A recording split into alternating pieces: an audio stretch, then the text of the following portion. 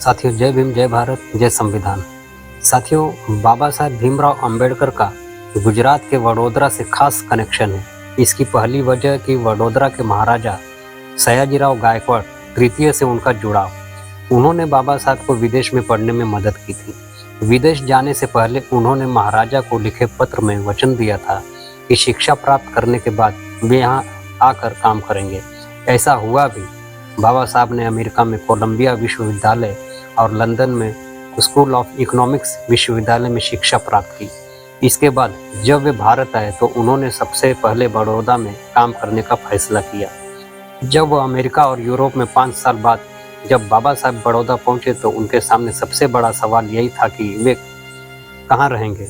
काफ़ी मशक्क़त के बाद उन्होंने एक पारसी धर्मशाला में रहने का फैसला किया। बाबा साहब की किताब वेटिंग फॉर वीजा पुस्तक के अनुसार वह 11 दिन ही वडोदरा में रह पाए थे। इतने ही दिन उन्होंने बड़ौदा के महाराजा के लिए काम किया। पारसी विश्राम गृह में भीमराव अंबेडकर की जाति के बारे में लोगों को पता चला तो वे धर्मशाला के बाहर जमा हो गए। वे सभी हाथ में लाठी लिए हुए थे। लोगों ने कहा कि यह स्थान अब पवित्र हो गया है। बाबा साहब को कहा गया कि शाम तक खाली कर चले जाओ। आखिर में उन्हें धर्मशाला छोड़नी पड़ी।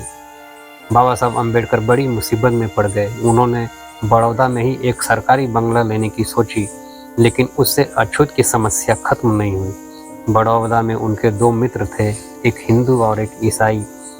यद्यपि वे यहाँ भी विभिन्न कारणों से नहीं जा सके, जिनका विवरण पुस्तक में दिया गया है। अंत में उन्होंने मुंबई वापस जाने का फैसला किया। ट्रेन बड़ौदा से मुंबई के लिए रात 9 बजे थी। तब तक कहाँ समय व्यतीत करें, कई सवालों के बवंडर के बीच बाबा साहब ने बाकी के 5 घंटे कमाटी बाग नामक बगीचे में बिताने का फैसला किया। आगे चलकर देश को संविधान देने वाले डॉक्टर बाबा साहब अंबेडकर से जुड़ी यह जगह आज संकल्प भूमि कहलाती है। वेटिंग फॉर वीजा में लिखा है कि बाबा साहब भीमराव अंबेडकर कई उम्मीदें लेकर बड़ौदा आए थे। उन्होंने बड़ौदा में काम करने की कई बड़े ऑफर ठुकरा दिए थे। जातिवाद की वजह से उन्हें पहली नौकरी महज 11 दिन में ही छोड़नी पड़ी। बाबा साहब अंबेडकर जिस पेड़ के नीचे बैठकर रोए थे, अब यह जगह संकल्प भूमि कहलाती है।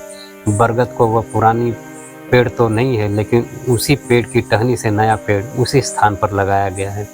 हर साल अंबेडकर जयंती और दूसरे मौक़ों पर लोग यहाँ पहुँचते हैं और कहते हैं कि जातिवाद और छुआछूत को मिटाने के बाबा साहब भीमराव अंबेडकर ने यहीं पर संकल्प लिए थे। बाद में जब उन्हें संविधान बनाने का मिला तो उन्होंने कानूनी प्रावधान किए। जय भीम, जय भारत।